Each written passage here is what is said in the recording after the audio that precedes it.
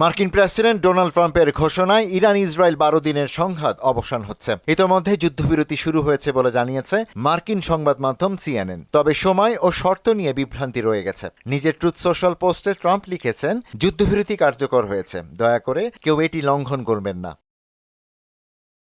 এর আগে ইরানের এক জ্যেষ্ঠ কর্মকর্তা জানান, কাতারের মধ্যস্থতায় যুক্তরাষ্ট্র প্রস্তাবিত যুদ্ধবিরতিতে সাড়া দিতে রাজি তেহরান। মার্কিন ঘাঁটিতে হামলার পর কাতারের প্রধানমন্ত্রী মোহাম্মদ বিন আবদুল রহমান আল থানি ইরানি কর্মকর্তাদের সঙ্গে কথা বলার পর এমন তথ্য জানান। সোমবার রাতে কাতারে মার্কিন ঘাঁটিতে ক্ষেপণাস্ত্র হামলা চালায় ইরান। তবে হামলার আগে ইরানের পক্ষ থেকে সময় ও লক্ষ্যবস্তু সম্পর্কে আগাম জানিয়ে দেয়ায় আগেভাগেই খালি করে দেয়া হয় ঘাঁটি। ফলে সেখানে কোনো হতাহত হয়নি। মার্কিন স্টেট ডিপার্টমেন্টের তথ্য অনুযায়ী সেখানে প্রায় ৮,০০০ মার্কিন নাগরিক রয়েছেন। কাজ করেন কিছু ব্রিটিশ সামরিক কর্মীও। তাৎক্ষণিক প্রতিক্রিয়ায় একে খুব দুর্বল হামলা বলে বর্ণনা করেছেন ডোনাল্ড ট্রাম্প।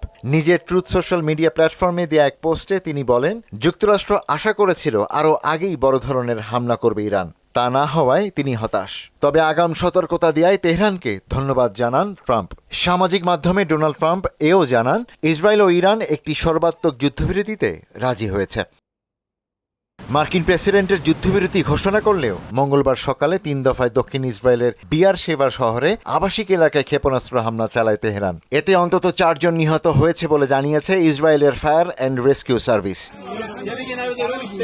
এদিকে দুদেশ যুদ্ধবিরতিতে রাজি হয়েছে। ট্রাম্পের এমন ঘোষণার পরই কমতে শুরু করেছে জ্বালানি তেলের দাম।